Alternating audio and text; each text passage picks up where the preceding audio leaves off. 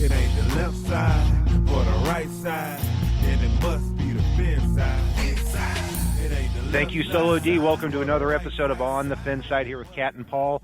Follow us on Facebook, Twitter, Spreaker, iTunes, YouTube, iHeartRadio, and Spotify. I'm Bryan Cat NFL. Paul is Fanatic_pick on Twitter. We are 6 weeks away from the NFL draft and continuing our position-by-position breakdowns. Today, looking at the tight end spot, not a big position of need for the Dolphins. And Paul, also the Dolphins spent second and fourth round picks in 2018 on Mike Gesicki and Durham Smythe. That's really started to pay off at this point. But I've got to say, I'm not as blown away by anybody in this tight end class in the 2020 draft. And with Gesicki and Durham Smythe on the roster, I might have a hard time with the Dolphins drafting a tight end anywhere before day 3. I'm partly with you on that. I mean, I've got a couple of guys that I'd be willing to grab if Miami were to accumulate a second, third round pick, because I think that'd be a sweet spot for a couple of them that we'll talk about. For me, if I'm the Dolphins and I've got 5 picks between rounds 1 and 2, if Miami's already knocked the left tackle position off the board, which all of our listeners know how I feel about that. If Miami's made a decision quarterback-wise, whether it's a quarterback in the draft, whether it's they're sticking with Rosen or you name it, if it is a quarterback in the draft, they've gone ahead and gotten him off the board. They've gotten the left tackle off the board and possibly a pass rusher or something else in the first round.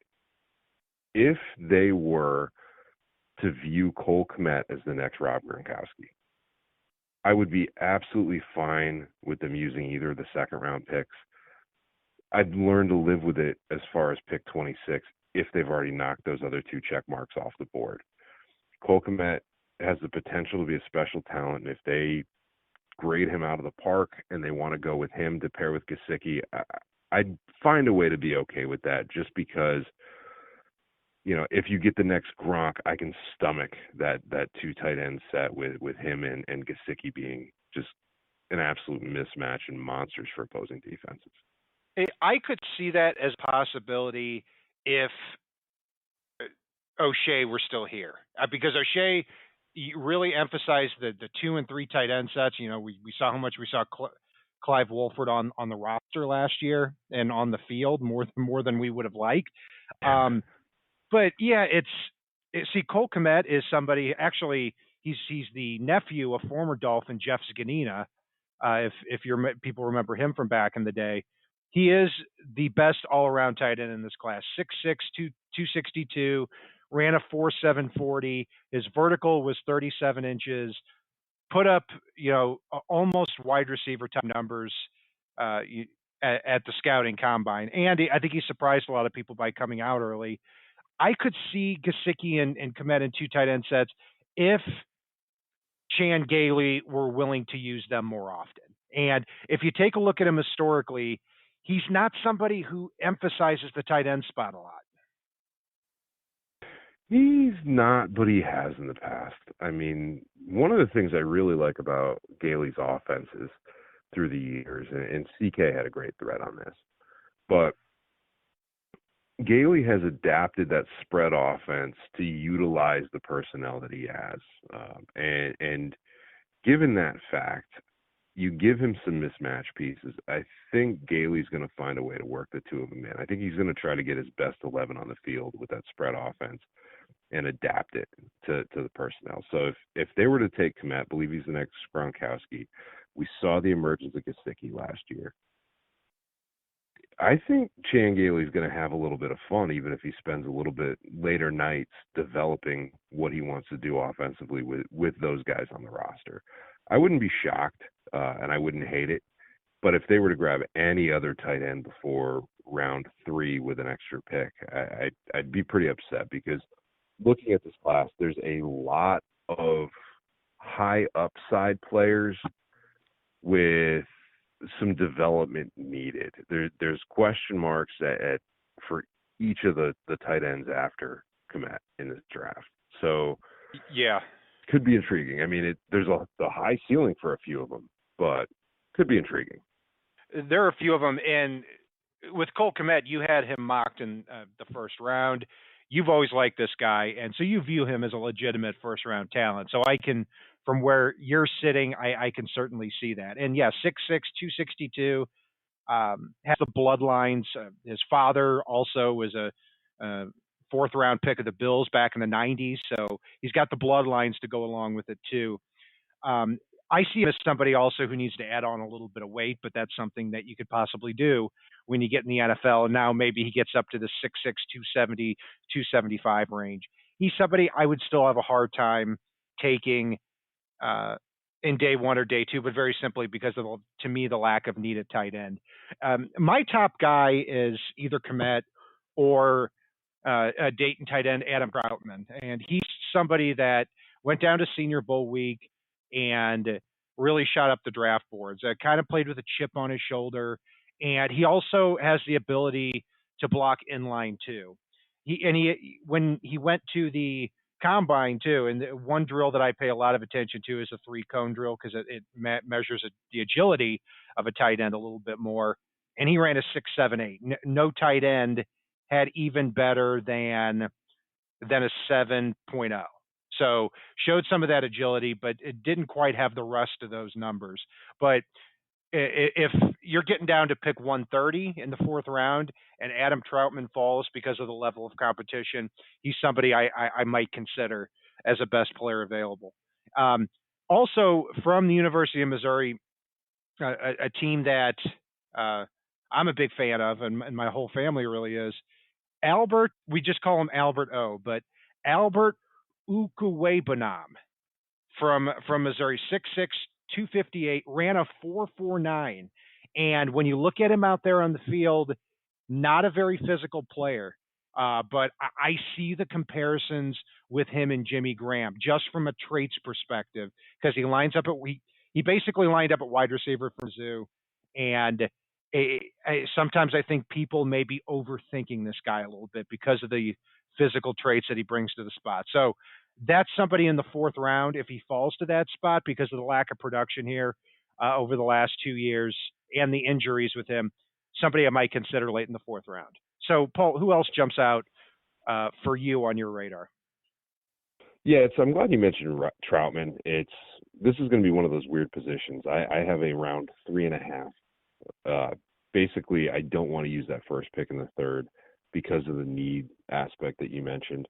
I've got Adam Troutman there as if Miami were to accumulate a second pick in the third round, I'd be willing to use that. If not, I'd be okay with it in the fourth. Another one I'd be okay with an extra third round pick would be Thaddeus Moss out of LSU. He has that special extra something that we see occasionally with a player. He's mocked all over boards. He's definitely got the bloodlines with Randy as his dad. But you watch some of the tiptoe catches that he made along the sidelines for LSU this year and some of just the special plays he made, despite the fact that he had an elite quarterback. He made some special plays himself that were truly impressive for me. And we don't know where his ceiling is because, let's face it, you look at LSU this year, they've got so much NFL caliber talent that it does mask some of the ability because there just aren't enough balls to go around at times. This is a team that took their foot off the gas in the second half of almost every game this year. And Thaddeus Moss was a huge reason why. So if he were there and Miami accumulated a third round pick, I'd be totally okay with that. I do have Albert O in the fourth, as well as Colby Parkinson, who some of our listeners will remember I drafted doing a mock draft. This is a guy I really like, and if they hadn't had injury issues and personnel issues and quarterback disappearing at Stanford, Colby Parkinson really would have skyrocketed this year. And despite all that, he put up some crazy numbers. He's got a huge frame at 6'7", 252.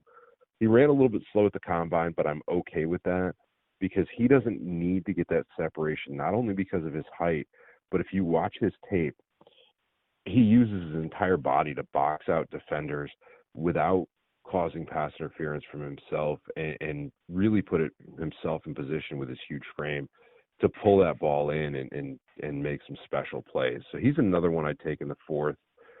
You could look at a guy like Pinkney out of Vanderbilt. another one that ran a very slow 40. But when he's given the opportunity, he's done well. He didn't put up the best stats. Vanderbilt didn't have a good passing attack this year. He did have a huge junior year before that, though. So a few guys that you mentioned there are ones that when you start getting into the 5th and 6th round, I'm certainly intrigued by, because Thaddeus Moss is one of them, the son of Randy Moss, does not have the same characteristics.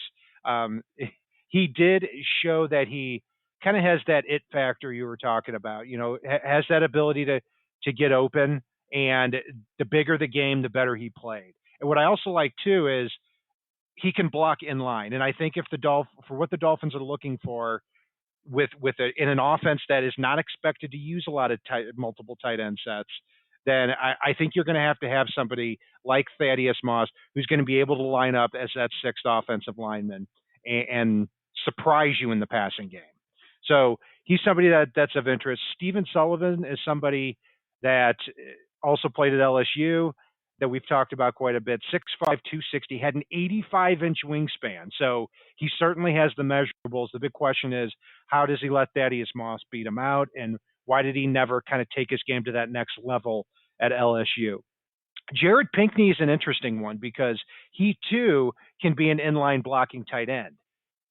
So when in the rare cases, they go in these 2 tight end sets, Pinkney could possibly get on the field. This is somebody who was a projected 1st or 2nd round pick at the beginning of the college football season year. His catches went from 50 down to 20 in that terrible Vanderbilt offense that you were talking about, Paul. And then he's just gotten worse and worse. He had a nightmare of a workout at the combine where he barely cracked the 4s. So somebody that's that's also very interesting. And you know, another player we've talked about too is C.J. O'Grady from Arkansas. And this is somebody that was actually dismissed from Arkansas. Well, actually, it was said that he mutually left the team, but that didn't seem to be the case. He actually said at the combine that no, he basically screwed up and was asked to leave the team. But if you're talking in the 6th or 7th round, this is a big, thick-built Arkansas tight end that, if he gets his head on straight, could be one of the steals in this draft. Yeah, and there's a whole grouping as well, and only one of whom I would consider in the 4th before we start moving to the 5th and 6th round, of Charles Clay types, the guys that aren't really big enough to be a tight end. You know, they're in that 6'2", 6'3" range, but they could play a little bit of that H-back, movable chess piece role. Guys like Hunter Bryan out of Washington. I'm not a huge fan of his physical makeup unless you use him like Charles Clay. You've got guys like Bryson Hopkins. You've got Josiah DeGuara, who's undersized for the tight end position again. Devin Asiasi, who I'd consider in the 5th round.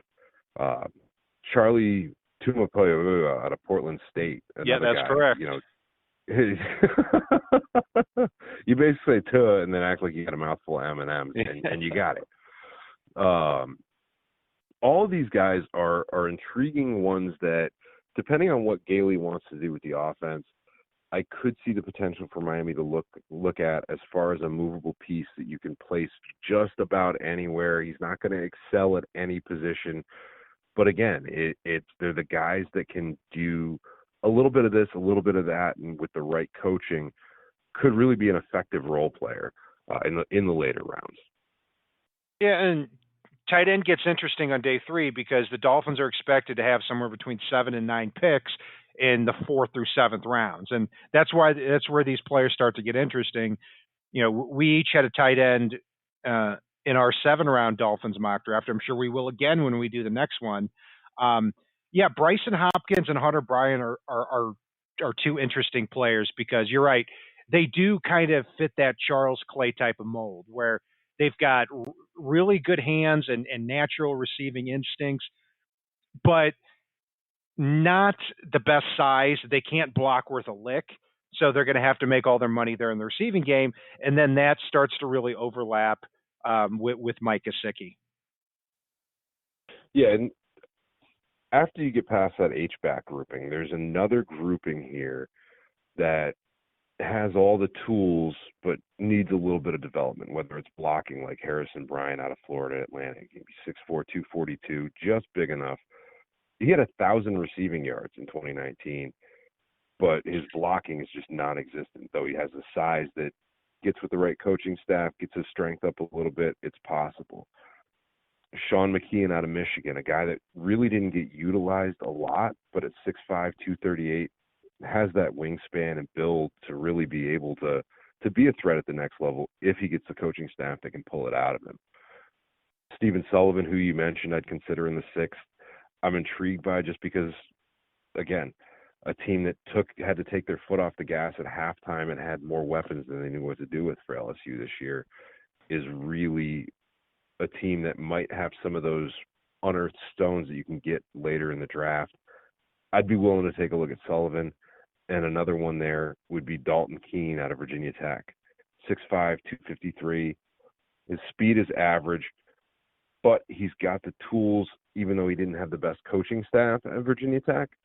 So he could be a guy that you might draft this year, throw in your practice squad, knowing that you think he could turn into somebody special later on. Yeah, we've covered a lot of players, and somebody else to keep your eye on is Jajuan Johnson from Oregon. He went to the combine really as largely an unknown, but at wide receiver tests out at 6'4", 230 pounds, runs a 4.58, and has that 3-cone that's under 7. So somebody that should be able to, as a receiver, has a chance to be able to separate at the next level as that developmental later type of tight end. And, if you've got a tight end / wide receiver and you can play some special teams, you might not only be able to make it to the 53-man roster, but also be on that active 45-man game day roster too. So, yeah, a lot of different possibilities here, and we're certainly going to continue to go through the position by position as we go along. Yeah, and Kat, before we wrap up here, I do have 2 more developmental projects I just want to talk about. One of which I'm completely intrigued by, and it feels like, I don't know if you've ever seen the movie Blue Chips, but Nick Nolte hears about this guy out in the middle of nowhere that no one really knows about, and you can't find footage of him. You almost have to go take a secret tunnel and watch him play. Matthew Wilkerson, he plays for Edward Waters College. He's 6'6", 270, completely raw in any bit of footage that you can find. But he's a monster out there. He's a 2-way tight end, defensive end, playing Ironman football for Edwards Waters. And in the limited footage you look at, he looks like he has all of the tools that if he gets a coaching staff that can bring him along, he can probably play some special teams, considering the fact that the guy played D-end. So I'm pretty sure you don't want that 6'6", 270 tight end running down the field after you to make a tackle. But in reality, he's one of those intriguing prospects that if you get him with that right coaching staff, it has everything you want from a physical standpoint. So very, very interested to see if he ends up drafted, undrafted, where he ends up. And another one that I was looking at as well, this guy's listed as a wide receiver. He was at the combine. He ran a 4.48. But he's one of those guys that a lot of folks are saying, you know what, he's just not going to be anything special at the wide receiver position. But if you watch him, he's a very physical receiver. He had 58 receptions for 762 yards, 8 touchdowns. Over the last 2 years, he's averaged over 13 yards per catch. And he's got the size that if he can put a little bit of muscle on his frame, he's not going to lose a ton of speed. That's Desmond Patman out of Washington State. Played with Gardner Minshew 2 years ago. Didn't play with the greatest quarterback play this year, but still managed to get by. And if some team's able to convert him into a wide receiver or convert him from wide receiver to tight end, I think that might be his bread and butter at the next level. Definitely needs to get a little bit bigger. He's too small at 225 for the role unless you're going to have him substitute for Gesicki until he does get bigger. But could be a prospect that may not see the field a lot as a wide receiver, but could turn into something special at the tight end spot. There's a big gap at that third tight end role right now because Clive Wolfert is not expected back. We don't want him back either. No. Yeah, I mean but the Dolphins are likely going to have a third tight end on their roster, and that's where these come into play. Somebody who can make the team as the third guy and push Durham Smythe pretty quickly for that second spot. And Colby Parkinson is an interesting one because although I don't see he and Gesicki getting on the same field together, I think you've got quality depth behind Gesicki in the event that happens. If Gesicki goes down, now you have somebody with similar traits, so you may not lose a whole lot as far as the game plan is concerned. So, but I'm just laughing at your other guy here because I'm just Matthew Wilkinson from would you say Edward Waters? Yeah. Yeah. So Iron Man Wilkerson, tight end DE. I'm just picturing you, looking around the room saying, "Oh God." Edward, like you see Edward Norton on the TV, and then you have a glass of water next to you. Edward. I think Kaiser Soze you. But I have heard that name in passing. I'd be lying if I said I'd watched him play so far. So I'm gonna have to defer judgment to you on that. So, but a lot of developmental tight ends here. So, Kat, I got to tell you, you got to watch the footage because it's grainy. A lot of times there's a rundown house in the background. I had to, verify with my sources, we'll go with that this was actually a real college and a real player, not just some dude hoaxing the internet. It's that much of a corner case player from the middle of nowhere. But again, stranger things have happened. I mean, you don't want him to be the guy that goes out to the XFL and looks way better than anything on an NFL roster in a couple of years.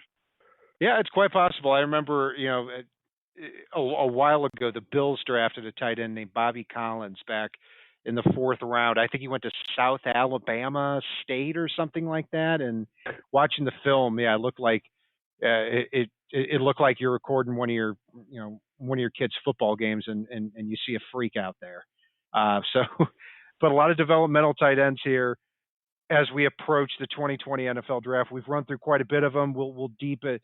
I'm sure at some point before the draft, we'll dig into even more detail on these types of players here as well. I'm Bryan Cat NFL. Paul is fanatic_pick on Twitter. And we're running through the tight end spot, and we're going to run through a lot of other spots here as the draft approaches. You can follow us on Facebook, Twitter, Spreaker, iTunes, YouTube, iHeartRadio, and on Spotify.